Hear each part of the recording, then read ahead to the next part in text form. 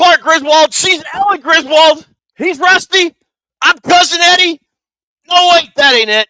This is not Christmas Vacation, but it is Vikings Report with Drew, Ted, and Chris. Chris, how you doing? Why is the floor all wet, Ted? And why is the carpet all wet, Todd? I don't know, Margot. Dinner's full. Oh God, what a classic! It's getting to be that time of year for it too, man. All the great Christmas movies like Christmas Vacation and Home Alone and Die Hard. Besides Die Hard's Christmas movie, is there any better? Is anyone better than the Christmas Vacation with Chevy Chase? No, absolutely not. And we're all in agreement, Drew, that Die Hard is a Christmas movie, correct? It's absolutely a Christmas movie. Now I have a machine gun. Ho, ho, ho. Anybody that says different is a Nazi and a loser. All right. Failure is a human being, and I don't mean any of that in a bad way. Other than that, you're a pretty decent American. Is it plugged in? Honey, do you honestly think I would check thousands of tiny little lights if I wasn't sure the extension cord was plugged in? Yeah. Dom Irera. I mean that in a good way. How you doing tonight, Drew? I'm doing great. The team's at 10-2, man. 10-2. We are on our way back home for our second game coming up against Atlanta. We got a big preview tonight. We got a lot to go over, a lot of Viking news. We do. I'm doing fine. How you doing, Ted Glover and Chris Gates? I'm doing good. Yeah, doing all right, man. The Kirk Cousins return game that we've all had circled since like May when the schedule came out. Ted's going to tell us about that Hank concept a little later. Layman's terms, none of that inside jargon that nobody understands. No, I'm not. Hardware Hank, maybe. I'm going to be doing a lot better when Ohio State fires Ryan Day. Hallelujah, hallelujah, hallelujah. But that's really not what we're here to talk about this evening. We're here to talk about... You can if you'd like. No, we're not. No, we're not. Because Ohio State is dead to me until they do. Didn't go berserk. Simply solved a problem. But we are going to talk about quite a bit. We've got a fair amount of stuff to talk about in Vikings news. We're going to talk about playoff seedings. Merry Christmas! We got some Vikings personnel moves we got to talk about. We've got some playoff clinching scenarios. Yes, the Minnesota Vikings can clinch a playoff spot. They don't control their own destiny. Some other things have to happen. And then, of course, we're going to get into the Kirk Cousins revenge game, which has taken on quite a different tone than when the schedule first came out in August. We were kind of looking at this game in a very iffy sort of way. I think the tone of this game has sort of changed as the season has gone on. A couple of administrative things. As always, please head on over to Purple Pain Forums, purplepainforums.com. Great community of Vikings fans. None of the garbage that you will see in a lot of social media sites, fan sites on Facebook or whatever, or you'll see on X/Twitter. And then Chris's site, dailynorseman.com. He started it in 2006. He's still the lead blocker. The SB Nation Minnesota Vikings website, dailynorseman.com. Drew, I think my reign as the nobody cares about your fantasy team, like multi-week champion, is over. I landed with a thud last week. Why don't you take it over and talk to us about how the results are and what the standings are? It is coming down to the wire, Ted. We got 5 weeks left. There was a lot of jockeying for position because Toons has won by 40 this week. When you get those lopsided wins, you can make up a lot of ground. And I'm telling you, as I was doing the numbers this week, I go, holy crap. This is exactly changing it to the new scoring. This is what we were hoping for late in the year, rather than just having 3 people running away with it with how we used to score the game. Toots has won this week, giving her 3rd victory of the season. You still have 7 wins, Ted. You're still the leader with 7 wins. But I was doing the scoring, and I looked at it, and Doc Protus had a pretty comfortable lead here the last 4 or 6 weeks or so. He didn't take Toons's, and Dan Lee did. Dan Lee is within 18 of Doc Proto now, which is nothing in this new scoring system. He's 2. Tollison moved up to 4 or 3. Raymond Hoagland went from 14 to 9. He's at 1,000 points. He made a good run.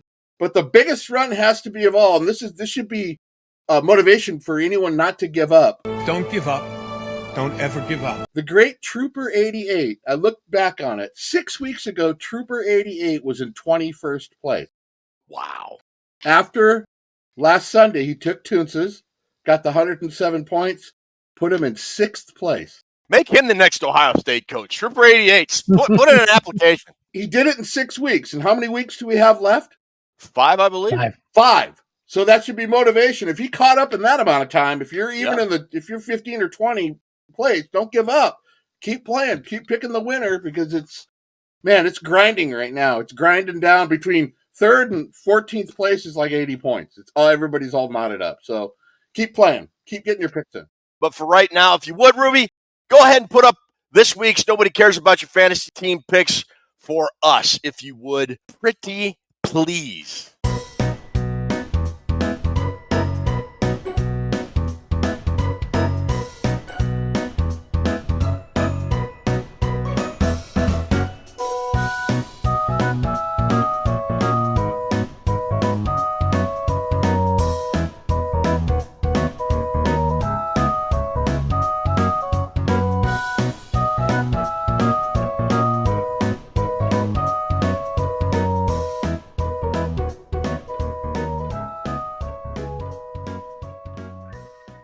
Like I said, we've got a lot to talk about, but, Drew.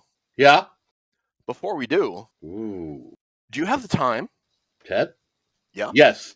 I'm cooler than you are. So why don't you welcome Kirk Cousins to U.S. Bank, and let's light this candle. He's right. Light this candle. He surely is. Let's light this candle. Yes. Resume the countdown.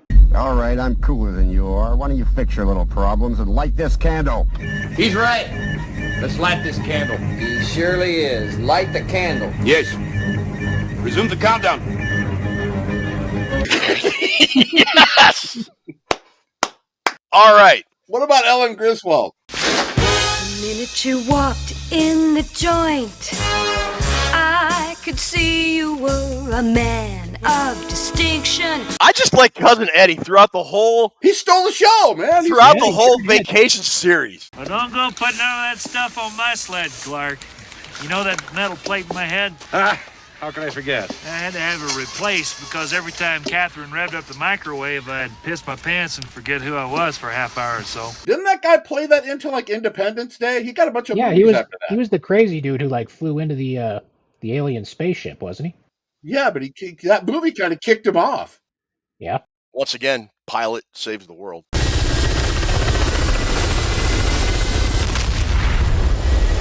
There's different Rusties. There's different kids.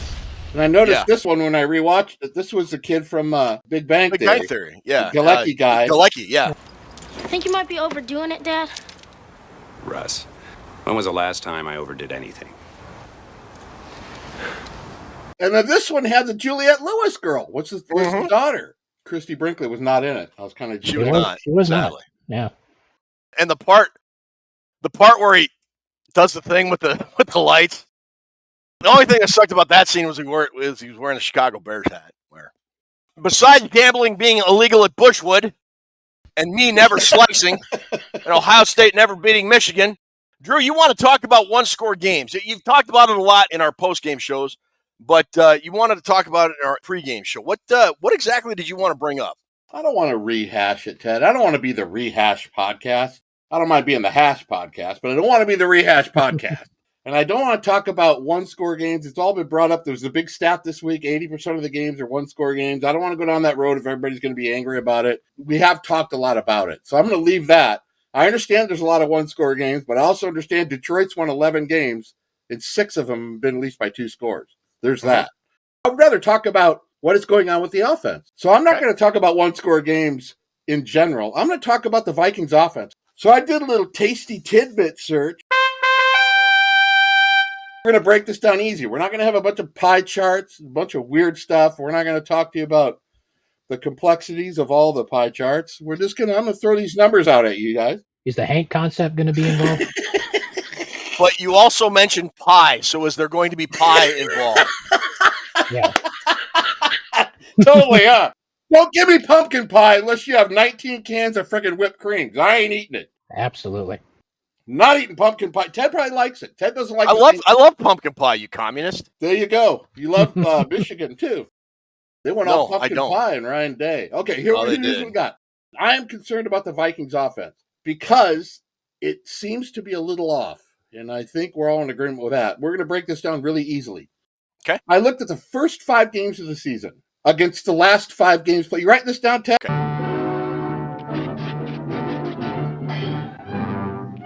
First and second quarter are the first half, you say? Okay. All right. Okay. No pie Got for it. you. No pie for you. First 5 games, first and second quarter. The last 5 that the Vikings have played, first and second quarter. The Vikings in the first 5 games, first quarter scoring, Chris, 7, 3, 14, 14, 10 for 48. 48 first quarter points, which was a huge step up from the year previous when we didn't score one single point until week 5 against Kansas City. We kicked a field goal. So it went from 3 the previous year to 48. Huge upgrade. Second quarter, the first 5 games, 7, 10, 0, 14, 7, which adds up to 38 second quarter points in the first 5 games the Vikings played this year. 48 in the first quarter, 38 in the second quarter, Ted, gives us a grand total of first half points the first 5 weeks. 78, 86. Ted is paying attention, Gates. 86 first half points this season. I'm taking notes. Look at that. That's great.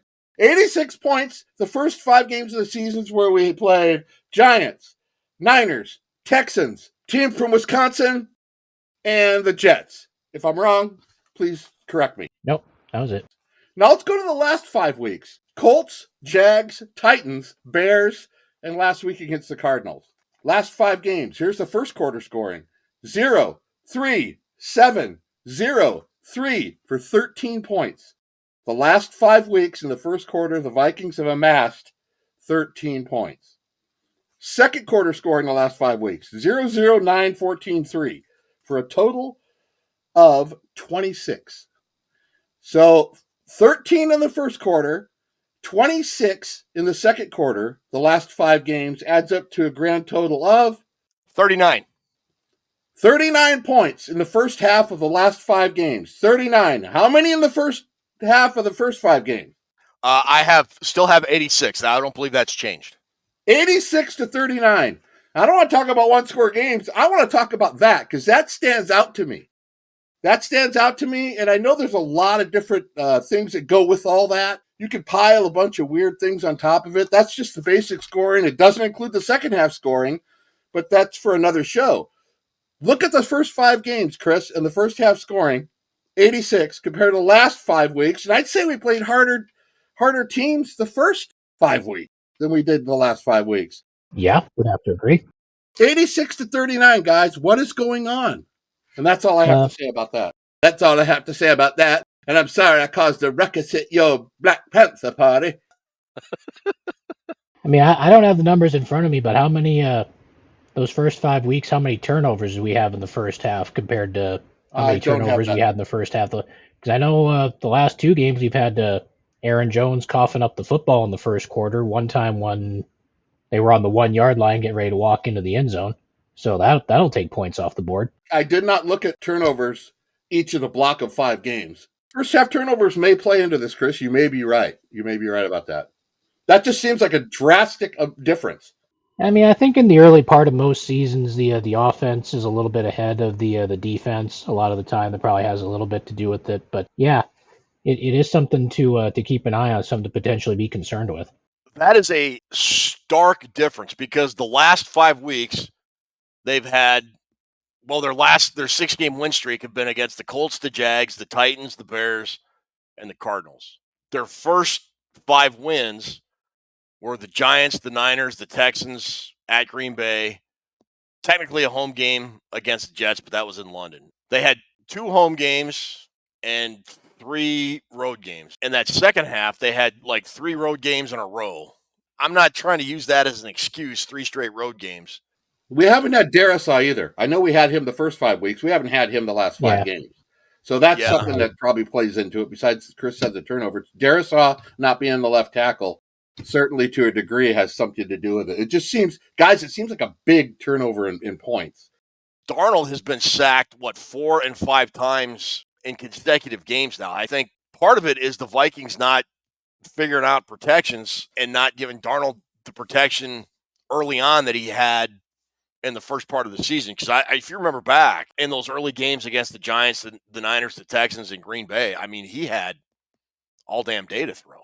And he wasn't locking in on a receiver. I mean, you remember that the Giants game, the 49ers game, the Texans game, he was surveying the field.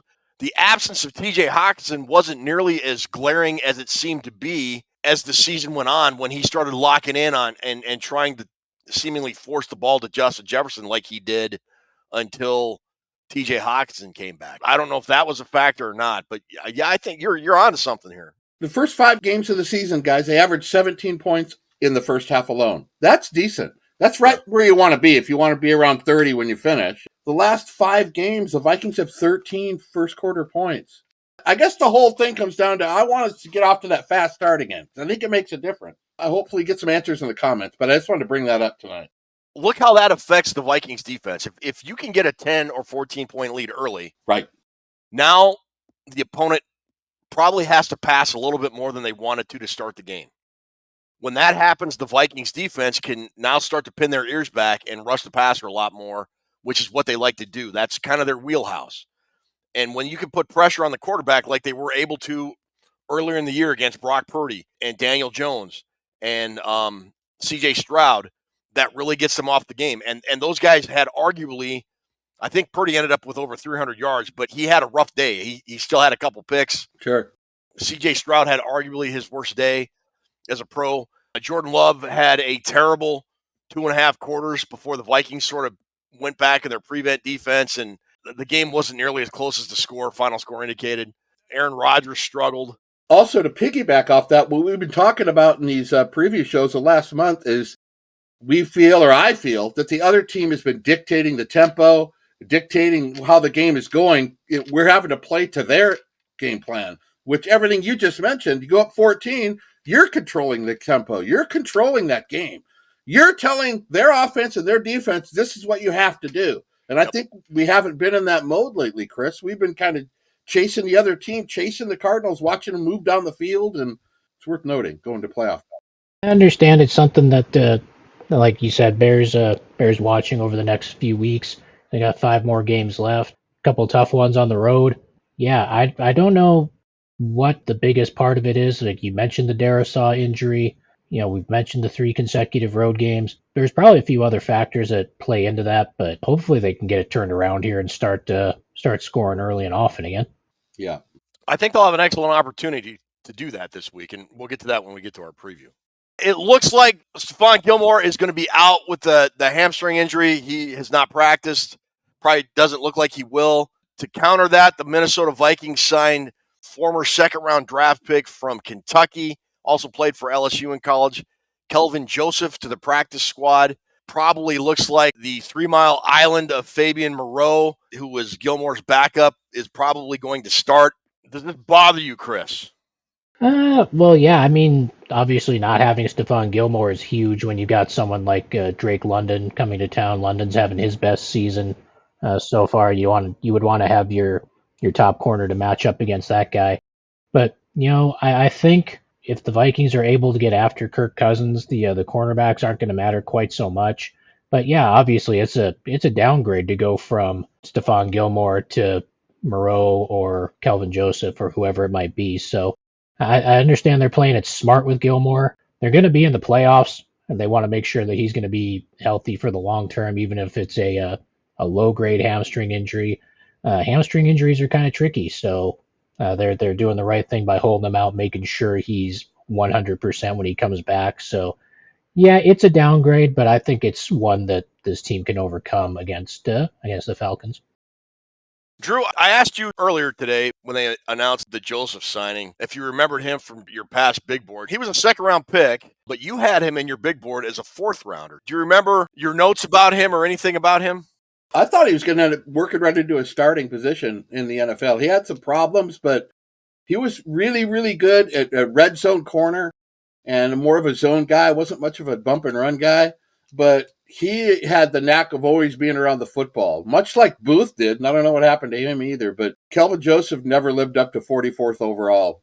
He didn't. He's bounced around on a lot of teams. And part of the reason I dropped him from the second round, which was where most people had him, to the fourth, was when I was doing my research, I found out he only played 20 games in college football. That's not a lot of experience for a corner or a quarterback, maybe any position. 20 games isn't a lot, especially for corner. 12th pick in the second round is pretty high for a guy that's only played 20 college football games. Yeah. He hasn't worked out in Dallas and everywhere else. He's bounced around Miami and Seattle. But this is one of those reclamation guys. I tell you, Chris, Mensa likes these Tillery, Byron Murphy, the guys that were really super high picks that have kind of fallen off a little bit. This is another guy. It's too much of a coincidence to call it a coincidence. It's the pattern with him. He likes these guys that come and reprove themselves. Joseph has never lived up to his draft status. He hasn't. But he knows he's got skills. What Flores wants to do with him may not be what Dallas and Miami and all those other teams wanted to do with him. So we'll have to see what happens. You can't say Flores can't light fires under players. Look what he's done with Metellus. Look what he's done with these guys. Didn't really cost us anything, did it? No. Well, and heck, he had Jamin Davis playing with the first team last week. Several snaps. I noticed him in there playing. So who knows? We'll see what happens.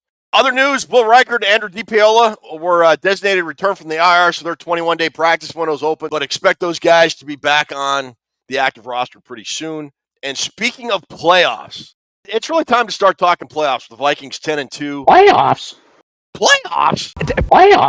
Don't talk about playoffs. We get Oliver back this weekend too, right? Yeah. I think he's practicing on a limited basis. Yeah, very good call. He'll probably be back, which actually is kind of a good thing. He's been a really good player this year. People say, Drew Oliver, who cares? We got Hawkinson back. Oliver's probably the best blocking tight end in the league. Yeah, he's been really good. Go in depth and look at that guy's blocking. That guy knocks the piss out of people. So I'm glad to have him back. Maybe that's been part of the run game problem. Maybe we need him back. Very well could possibly be, yeah.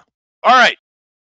Playoff seeding. Currently, the Minnesota Vikings sit 5th in the NFC as the top wildcard team. Your division leaders and number 1 through 4 seeds are Detroit leading the NFC North at 11-1, Philadelphia at 10-2 leading the East, Seattle at 7-5 leading the West, and Atlanta 6-6 leading the NFC South. Behind Minnesota are Green Bay at 9-3 and Washington 8-5.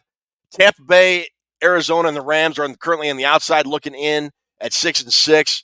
Bunch of different playoff predictor sites. Ironically, Tampa Bay has a higher percentage chance to make the playoffs than Atlanta at 6-6. Kind of find weird because Atlanta has a better divisional record than Tampa Bay, and they've already beaten Tampa Bay twice. I guess they're going on remaining schedule, which I haven't really looked at. They are, and they have figured out that Tampa probably going to go 10-7. Okay, and Atlanta's going 9-8. I think it's ESPN has Tampa Bay with a 56% chance to make the playoffs with a 50-50 shot to win the division, and Atlanta only 52% chance to make the playoffs with a 49% chance to win the division. So if the playoffs were to start today, the Vikings would be playing the Atlanta Falcons, only the game would be in Atlanta. So even though we have more wins. Come on. Yeah. Well, you got to win your division. So, but looking at the current playoff teams, and if you want to throw Tampa Bay, Arizona, and the Rams in there, Chris, who do you think the Vikings' best matchup would be in the NFC? I mean, it might be Atlanta. I mean, they just played Arizona, and Arizona played them really close. Potentially going to Seattle, that's never a good time, having to go out to the West Coast and potential rain and wind and junk out in Washington State January. And if Tampa Bay manages to win the South, I mean, they've got more talent than Atlanta does. I mean, Baker Mayfield and Mike Evans and that group. Of the potential first-round matchups, I think Atlanta is probably the best case scenario for Minnesota. So hopefully they can hold Tampa Bay off and win the South. And if the Vikings stay in the 5 spot, that's where they'd wind up. Drew, what about you? I think it's Atlanta, too, would be our best matchup. I think the best type of opponent for the Vikings to face would be a fairly traditional drop-back quarterback, and that would be either Geno Smith or Kirk Cousins. A dome favors the Vikings, but I would be okay with either Seattle or Atlanta. I think they'd be okay against Tampa Bay. Baker's a little bit more mobile. I don't think their running game is as good as Atlanta's, and I don't think Seattle's running game is probably the worst of the 3. I'd have to look at it a little bit more in depth, but I'd be okay with either of those 3, but I'd probably favor Atlanta with Seattle a close second. Drew, who do you think their worst matchup would be against? If we play in Seattle, can we get Chester Taylor back for that game? Philadelphia? That would be the worst matchup. Yeah, they're gonna be the 2 seed though, so we don't have to worry about facing them in the first round. I don't want to play Tampa Bay. Good insight there, huh? Way to break it down. Tampa Bay, they got a good secondary. Baker Mayfield is a winner. I mean, he just keeps coming at you like Rocky. I would least favor playing them, Ted. Okay. Yeah, I don't think I'd want to see Tampa Bay either for a lot of the reasons that Drew just said. Baker Mayfield, he's been a great reclamation project for Tampa. You never know what the weather's going to be in Tampa in January. Could get a little weird and squirrely down there. I wouldn't particularly want to see Arizona again either, but of the possible choices, I think Tampa Bay would probably be the one I would least want to match up with. Assuming the Vikings could potentially drop down to the 7th seed with the way Washington and Green Bay are playing, it's possible. I would not want to play Philadelphia in the wild card round. Well, no. So, okay, there we go. Now, I earlier said the Vikings can potentially clinch a playoff spot. Now, you might want to take notes because I'm going to go through this pretty damn fast. The easiest way is Vikings win, Cardinals tie. Or Vikings win, Cards tie, Rams lose tie. Or Vikings tie, Bucks lose, Rams lose, Cards lose. Or Vikings tie, Bucks lose, Rams lose, Cards tie, Eagles win tie. Vikings are in the playoffs. Is that all? That's it. That's all that has to happen. Sweet. If the Vikings win and the Cardinals tie, the Minnesota Vikings have clinched a playoff spot this weekend. That's the easiest scenario. Everything else is kabuki theater voodoo. All right.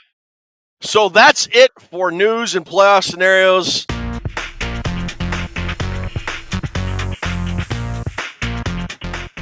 Got any intangibles for this game, Chris?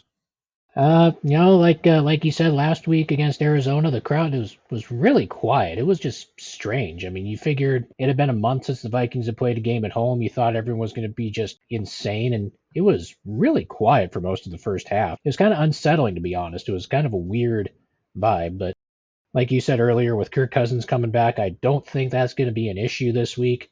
I think it's going to be loud and crazy inside US Bank Stadium. The red zone issues that the Falcons have had, they're going to have issues when they get down into the red zone area with the crowd noise and everything else. And the big story, like we said, is Kirk Cousins coming back. I mean, this team doesn't want to let Kirk Cousins beat them in Minneapolis. They're not going to let that happen. So yeah, those are my intangibles for this week. Drew? One was the crowd against Cousins that Chris just mentioned. They're going to want to see him angry. The crowd's going to want to see him frustrated. The defense is going to want both of the same thing. Get a couple false start penalties. The crowd gets behind it. That is going to be a big part of the game. That's a big intangible on my part. My other intangible is this is the second time in 2 weeks we're getting a team who's coming off a horrible loss. Horrible. Did you know that the Falcons had 24 first downs and the Chargers only had 10? They lost. The Falcons only gave up 187 yards to Herbert and the Chargers. 187! That is nothing. And they lost. So they played a good game, but they really screwed up on the crucial plays of the game, the pick six. All the other interceptions Cousins threw were terrible. But like the Cardinals coming off that terrible loss to the Seahawks, look what they did when they came in here. They did not look like the same team. So sometimes you get your ass kicked is when you stand tall, and that's my other intangible. Is Atlanta going to come in here with a little chip on their shoulder, being they lost that game to the Chargers the week previous? Vikings get the intangibles. They round them all up this week, Ted, at US Bank. Falcons are desperate. They lost last week, like you said. Kirk Cousins is on the verge of getting benched. They were people talking about, hey, should Michael Penix Jr. start this game? I don't think Raheem Morris even seriously considered it because of what it means to Kirk to come back to Minnesota. With Tampa Bay getting that overtime win in Carolina last week, Tampa Bay's hot on their heels. Right. They are desperate for a win. That said, Kirk Cousins is not the same guy that was in Minnesota for 6 years. I mean, he does not look the same. He has not looked the same the past 3 or 4 weeks. The one thing that I always admired about Kirk when he was with the Vikings is he threw an accurate football, and it had zip on it. I mean, I still remember that his first year in Minnesota, he threw that laser to Adam Thielen, and I think it was week 1 in Green Bay, split right between two Packer defenders. Thielen fell on his butt into the end zone, sent the game into overtime. I mean, like 4 guys in the world could have made that throw. There's something wrong with Kirk physically. The potential is there for him to take an absolute beating on Sunday with this Vikings defense. Now, conversely, you get Kirk in rhythm like he can. You get the Falcons to run the ball like you talked about earlier, Drew, and it could be a long day for the Vikings. So you better get Kirk off his game early You better get him pressured early. You better get him rattled early. If that happens and the Vikings get an early lead, like you've said, don't let up. Keep on him. You could get up 33-0 on Kirk, and he can come back. And one other thing, the turnover margin, the Vikings are +5 and the Falcons are -6. One of the reasons the Falcons are 6-6 is they can't hold on to the football. They threw 4 interceptions last week. And the Vikings have the most ball-hawking secondary in the NFL. You saw that late in the game. So I think there's a lot of opportunities for the Vikings to get 2 or even 3 interceptions on Sunday. So we'll see what happens. I think it's going to come down to how much pressure can the Vikings put on Kirk. He's not a mobile guy. We saw what happened. We talked about it with Kyle Williams and then Kyler Murray, and to a lesser extent, Will Levis. Those guys were fairly mobile quarterbacks. They could get out of the pocket, and Kirk's not that guy. I think if you put that kind of pressure that you saw the Vikings put on Kyler Murray and Caleb Williams, they're going to get sacks, and they're going to get a lot of them. And at some point, Kirk is either going to fumble the football or he's going to make a hurried throw. It's going to be tipped and it's going to be intercepted. And if the Vikings do that, they're going to be +2 or 3 in the turnover margin, and they're going to have a short field, and they need to convert those into scores. And if that happens, the Vikings are going to win, and they're going to win convincingly. The Vikings need to get after Kirk Cousins early, put the Falcons behind so they can't lean on that running game as much. Just keep doing what this defense has been doing for most of the year. If they continue to get pressure, they will get to Kirk Cousins.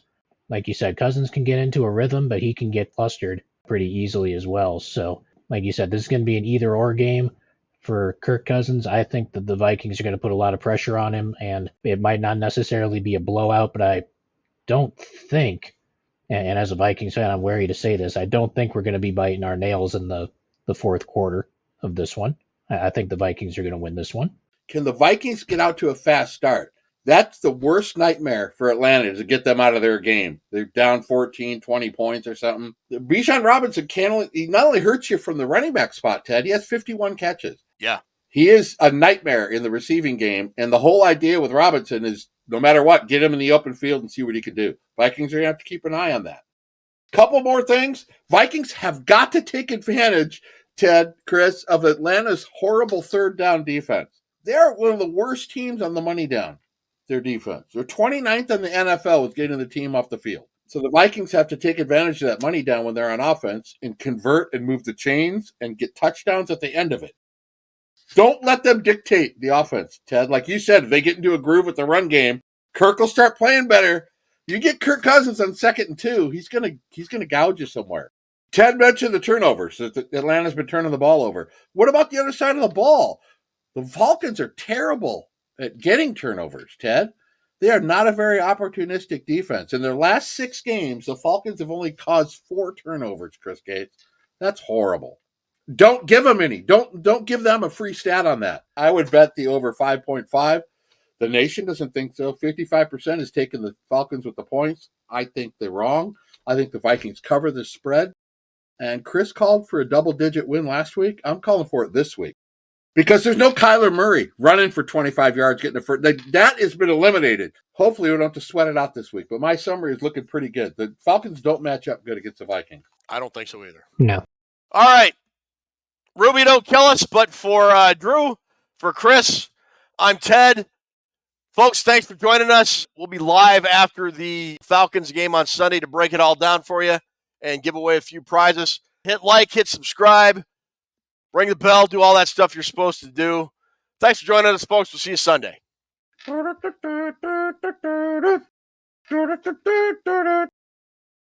Darnold!